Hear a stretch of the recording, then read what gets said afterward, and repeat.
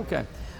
This is Jeff Mucci with RCR Wireless News. We're here in the Speakers Lounge at the TC3 Connections event in Silicon Valley with Upal Basu with Nokia Growth Partners. Thanks for joining us today.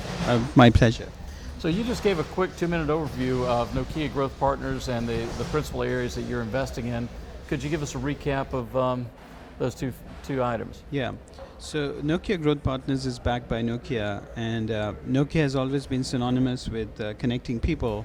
And as most people in your readership would be aware, that Nokia has now sold its handset business to Microsoft, and it's focusing on a much more expansive view, which is not just connecting people, but connecting everything. So we as a fund, the venture capital fund of Nokia, our goal is to look for the next generation of technologies and entrepreneurs which are really thinking beyond just connecting people on phones, but connecting them in different sorts of ways. And our fund, which is about $700 million under management globally, we're looking for entrepreneurs not just in the United States, but around the world, who share that vision of connecting people and things, and that's where we're executing our investments around. Okay, and you brought up a slide that showed 5 areas of focus. Can you talk about each one of those and which one you might be allocating more funds to versus less funds? Yes, so the themes which we track are really a function of a moment in time where we think the opportunities exist, as well as where the strategic interest of Nokia lies. So some of the areas where we're currently focused on are connected car, the connected enterprise, the mobile consumer, increasingly the smart home, and what we called applied big data, which is really focused on taking core technologies of open source data, but putting it to real useful business use cases.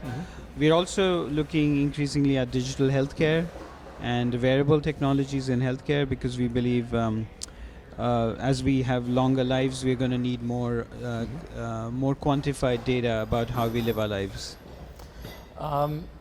One of your focus areas is enterprise IoT, or I call it industrial IoT. Can you talk a bit more about what you're seeing, what trends you're seeing there, what excites you most about that sector?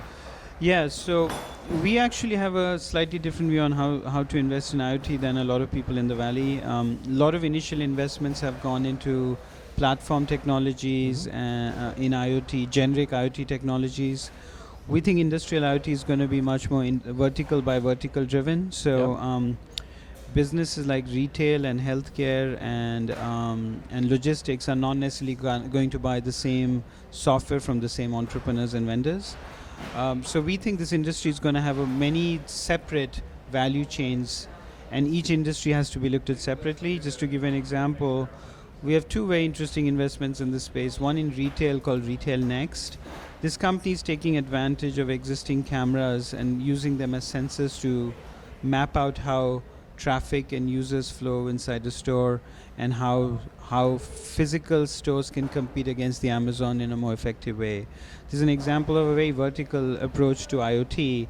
You will not see the word IoT in Retail Next, and we think that term, just like many other sort of acronyms, will disappear over time. It's really about creating value for retailers. Another example I have is a company I invested in called Digital Lumens. It's a Boston-based company. What it does, it connects lights to the internet. Now, why is that important?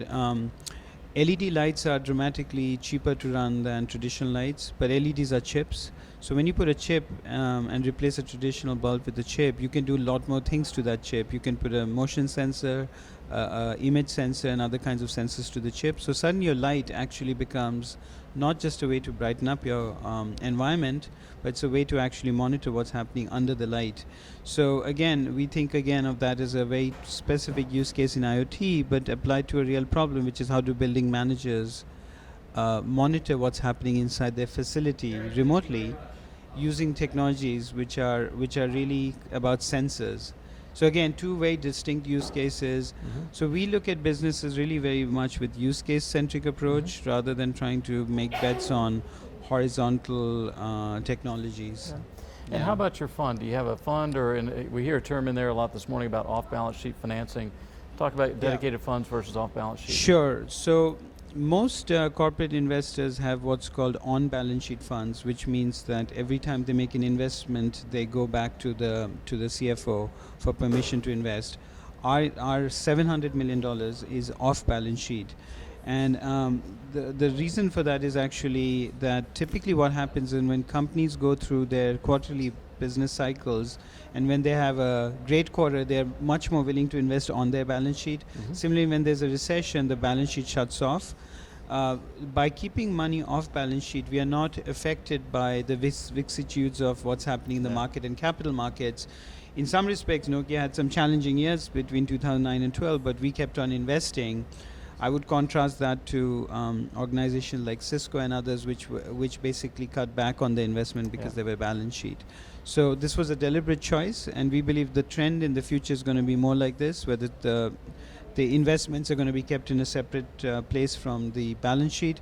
It also helps us attract more professional investors who are incented not just by strategic reasons, but also have carried interest in the success of the fund. At what stage do you like to invest? So we typically invest at a point where we say that the customer has paying customers. So the company has paying customers, which means someone's willing to validate the technology. It's no longer in the lab. It's not a beta product. It is in the market. May have only a few customers, but those customers are champions of the product. Right. That's the stage we come in. Usually that tends to be a Series B or a late Series A.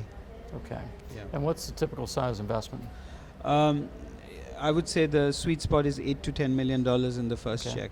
Yeah. Good. Upal, thanks for your time. Thank you. It's a pleasure. Thank you. That's great. Thank you very much for spending a few minutes with us. I used to, I'll tell you my background. I used to be a founder of a company called Information Tech, which just got